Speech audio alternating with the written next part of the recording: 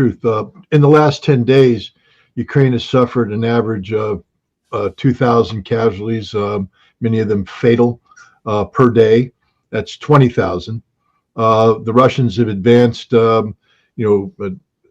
scores of kilometers surrounding Ukrainian troops, capturing more cities. Their advance is unstoppable and will not be stopped. This is the reality. What Ukraine can do right now is die, which they are very good at lately, and commit acts of terrorism, which they're becoming better at. But nothing that this fake president, Zelensky, and he is a fake president. Understand that he did not run an election. He has no legal authority to rule. And if there are negotiations eventually with Russia on Russia's terms, one of those terms is that Russia insists on negotiating with the legitimate leader of Ukraine, which means Ukraine is going to have to jettison this failure and put somebody else in his place. Russia's not in the mood right now to play games. And that's, that's what these are reindeer games that Zelensky is doing. Horrible reindeer games, terrorist acts, but they're games. They don't change anything that's happening. They don't change the trajectory of this conflict at all. And that's all he has left in his little stupid bag of tricks. I don't mean to be mean, and I apologize for my language on Christmas Eve, but we're talking about war, and we're talking to a man who has shown absolutely no concern for the welfare of his people or his nation. Scott Ritter delivers a sobering and unflinching account of the ongoing Ukraine conflict, emphasizing the devastating toll it has taken on Ukrainian forces and the nation as a whole. According to Ritter, Ukraine has suffered an average of 2,000 casualties per day over the past 10 days, a staggering 20,000 lives lost in a brief span. Many of these casualties are fatal, highlighting the catastrophic human cost of the war. Meanwhile, Russia has continued its steady advance, moving scores of kilometers, encircling Ukrainian troops, and capturing additional cities.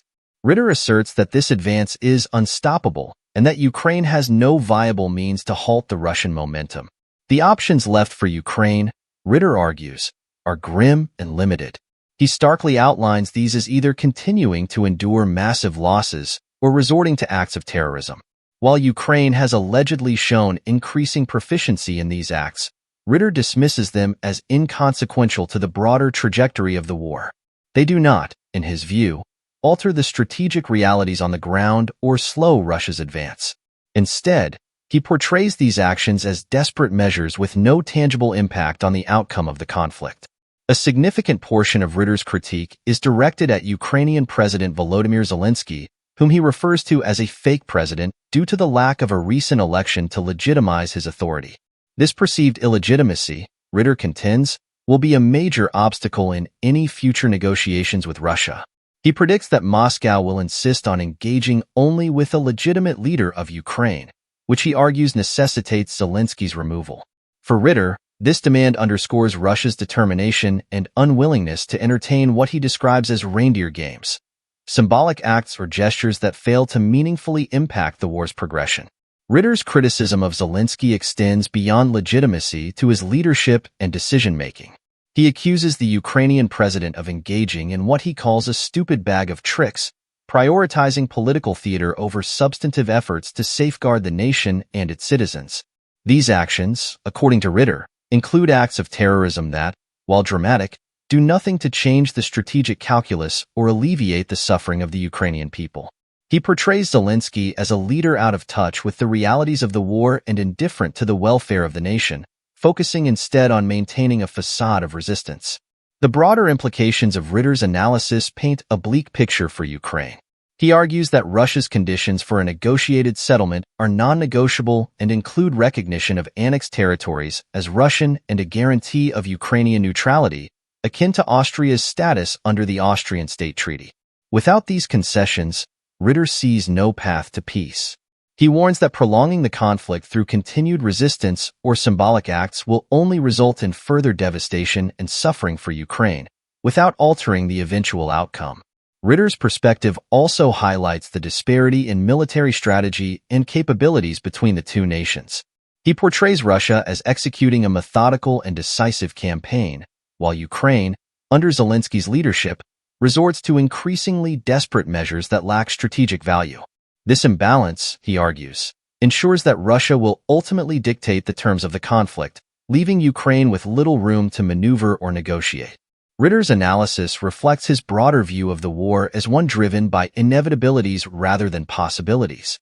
He sees Russia's terms as fixed and uncompromising, leaving Ukraine with little room to maneuver. Any hope of a negotiated settlement, in his view, requires Ukraine to make significant concessions, including leadership changes and recognition of Russian advances.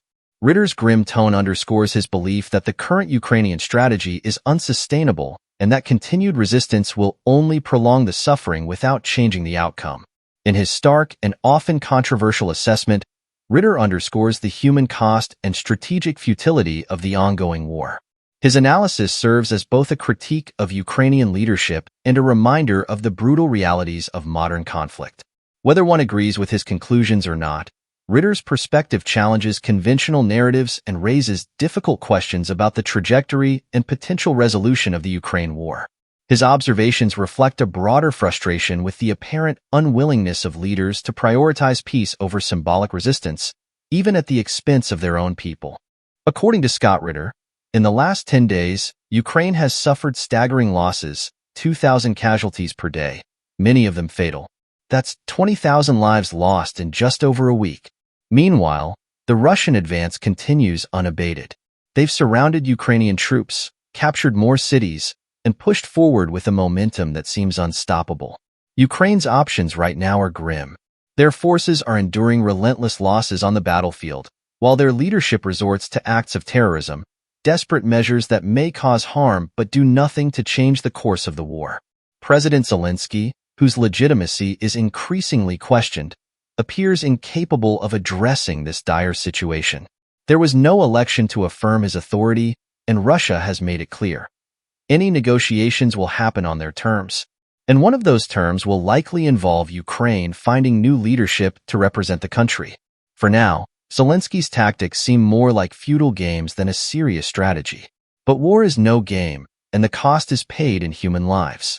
The tragedy is compounded by a leadership that, to many, appears detached from the welfare of the nation. This war is shaping Ukraine's future, and time is not on their side. Thanks for watching.